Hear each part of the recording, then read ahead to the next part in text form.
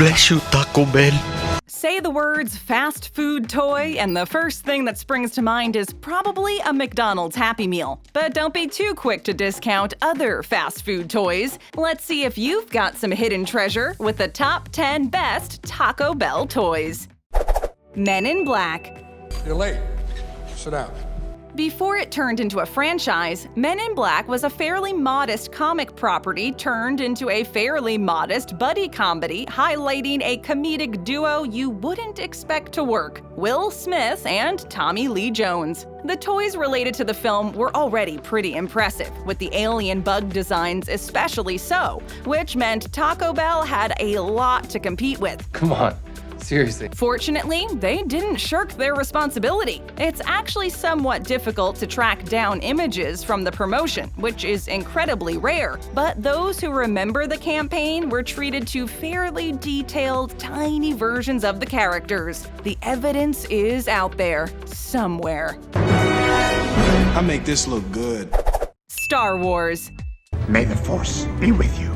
It's not hard to turn a profit name-dropping Star Wars, but the Taco Bell toys promoting the re-release of the trilogy in theaters pulled out all the stops. Not only were the toys themselves particularly clever, with action figures cased in R2-D2-style intergalactic Matryoshka dolls, but even the packaging worked as a toy. Taco Bell Kids meal boxes were adorned with cardboard that could be cut and shaped like origami Star Destroyers, and it was a virtual playset in addition to a meal. 1997 was an important year for Star Wars nerds. I'm really nervous. We've been waiting so long for this. It marked the very moment fans of George Lucas's 3-film space western, then 20 years old but digitally remastered, would be re-released in theaters again. 1997 in 1996's mind was going to be epic. And as Mel Brooks suggested in Spaceballs, so came the merchandising, where the real money from the movie is made. And they're still paying off. Wrapped Star Wars re-release toys from Taco Bell sell for around $20 to $40 a pop.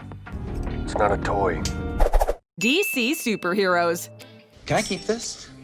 There's something to be said for getting there first, and DC can make the claim of victory. Contrary to some popular belief, in the world of comics, Batman and Superman predated Marvel by just months to publication, and the actual Detective Comics had 4 years on its competition. What do we do, Cap? We fight. In 2010, however, the two were on fairly equal footing. Nolan's Dark Knight films were on par with Marvel's less gritty approach, and the properties were the subject of much hotly debated casting decisions. That, combined with the 75th anniversary of DC, made it the perfect time for Taco Bell to release a line of commemorative 3D comics, posters, and glasses. It didn't hurt that 3D, once a gimmick exclusive to B-movies as a cheap trick to lure in customers, was getting a serious overhaul courtesy of filmmaker James Cameron and IMAX theaters. The posters are just as impressive as any a collector may seek, and the 3D is a nice throwback. Wrapped editions of the Taco Bell Batman comic are going for $80 on eBay. What are your superpowers again? I'm rich. N64. Do you have any more in the back?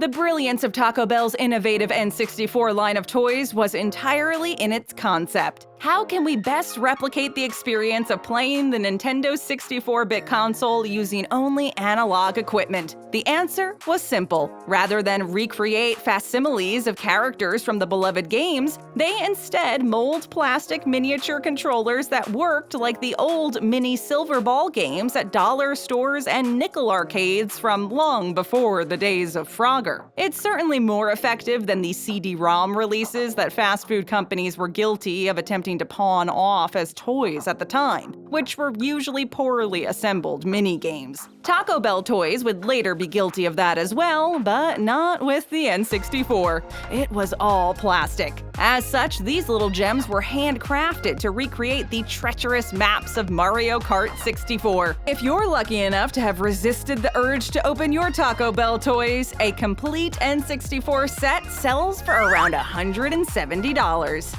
She's not for sale. Goosebumps. Be careful.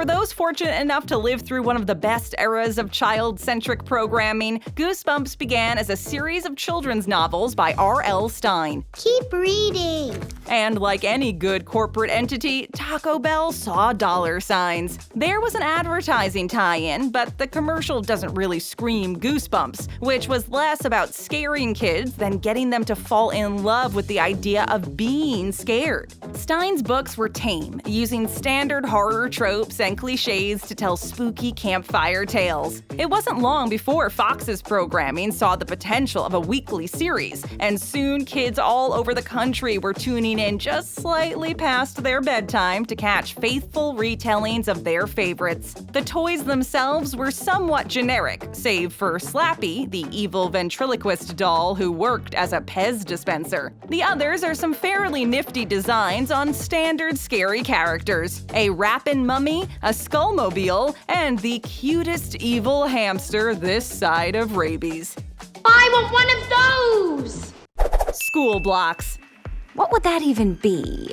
And so we've reached the present day, a place in which, after revisiting the 90s for so long, feels a little otherworldly. Those who grew up without the internet require a college-level course in how the technology has been used to entice children to learn. Parents may not know how their children's tablets work, they just know the blocks will tell them what to do. Schools have used the Roblox platform of reality gaming and role-playing to work in conjunction with educators, allowing kids to earn points by solving problems. This has proven incredibly successful and is a welcome addition to early education. I'm not joking around, young lady. Taco Bell wisely introduced their Skool-Blox, foldable paper character avatars with stickers and instructions kids could use in real life. And just to further get with the current times, the Skool-Blox toys were among the first released in the fast food world not to use environmentally harmful plastic bags. This, it would appear, is the modern approach to advertising and branding. Today, Taco Bell is offering healthier alternatives to deep frying and experimenting with bio-friendly materials, which also encourages education. If that's not a triple threat in today's food service industry, then there is no such thing.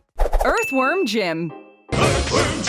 We think he's mighty fine. It's well documented that Taco Bell had a good working relationship with the Nintendo 64 console, but their efforts prior to that era are not too shabby either. Earthworm Jim was one of the few moderately successful attempts by a toy company to create a video game mascot. It being the mid-90s, said mascot needed only two things: be an anthropomorphized version of a real animal, but with tons of snarky attitude. Sonic, Crash Bandicoot, and Earthworm Jim were all cut from the same Gen X cloth that gave The Simpsons a poochie. It wasn't long before toys and a TV series followed the games, and Taco Bell got in on the action, releasing just 4 kids' meal toys. Okay. A squeeze toy, a bowling game, a piggy bank, and a wind-up car. The line was cheeky enough to be in keeping with the tone of the cartoon and the video game. They don't appear to be selling for much right now, but they're worth keeping around, right next to a box of slap bracelets and bubble jug. Where do you get these great ideas? The Adventures of Batman and Robin. I got mine. Where's yours? Before we get into the importance of Batman in the 90s, let's get down to the brass tacks. The Adventures of Batman and Robin toy sets that Taco Bell released to accompany the hit show are incredible. It's a shame there were only 5 of them, as they represent an ambition in the fast food industry rarely achieved. Though they don't reach the same detail as, say, a Micro Machine set, it's not far off from what they were aiming for. Beyond the play sets, even more imaginative and handy for a child was the plastic Batman-shaped popsicle maker. Any kid would delight in having the shape of Batman with cowl and cape forever emblazoned on anything they owned, and Taco Bell toys wanted a part of it. There's a reason there's no shortage of fondly remembered 90s merchandise. The decade launched with the Batman craze in full swing thanks to Tim Burton's 1989 film. Excuse me. Have you ever danced with the devil in the pale moonlight? And the franchise was so successful that it survived what some assumed would be a deadly tonal shift when the recently departed Joel Schumacher took the reins. The animated film release, Batman: Mask of the Phantasm, is largely considered superior to Schumacher's Batman Forever. We were getting the royal Bat treatment. It's not funny.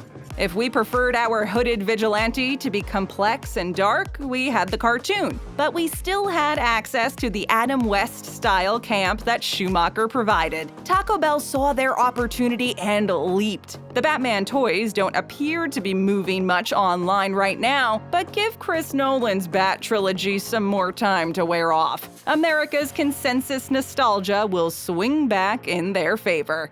Godzilla.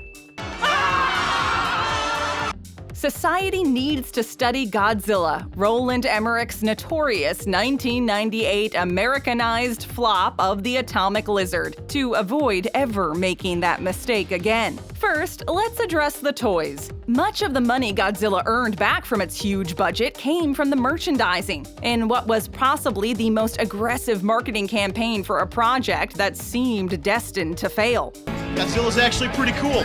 Except when he's hungry. Where Godzilla succeeded most was in its fast food toys, at once both still surprisingly utilitarian and lovingly detailed. Not only are the individual Godzilla figures released by Taco Bell finely painted, better than the average cheap trinket at the bottom of a kid's meal, they also offered cup holders shaped like the giant lizard. These enormous figures curled around the cup to create a mug-like application, and there was something satisfying about Godzilla watching you drink. And after seeing the movie, some viewers needed a drink. It's not every summer a film costs $150 million and garners a reputation of 16% on Rotten Tomatoes. Fortunately, there were still some quality Taco Bell toys associated with the fiasco, and they're turning a pretty penny on eBay right now if you have them in pristine condition. How much? Muppet Christmas Carol ornaments. Gonzo, you got my gift. The reason a Christmas ornament, something seemingly lame for a kid, ranks so high on this list is in part due to its worth beyond childhood, but also due to what it represented at the time. This is Christmas. It's a time for generosity. Jim Henson's Muppets first debuted starring in their own show in 1976. As the show gained in popularity, movies soon followed, and the Muppets won over audiences worldwide with their appeal to both kids and adults alike. The release of A Muppet Christmas Carol in 1992, which features a wonderful performance from Michael Caine, not only stayed true to Dickens' novel, it also marked the first Muppet film not directed by Jim, but his son Brian, as Jim had just passed. As such, the collectible Muppet ornaments from Taco Bell represent a changing of the guard. Each ornament was a Muppet-themed globe that could hang from the highest bough. They aren't even selling on eBay yet, instead forever immortalized on family Christmas trees. Happy Christmas, Harry. Happy Christmas, Ron. Stay right here and tap that screen for another great video. Show us some love and hit that subscribe button and ring that notification bell.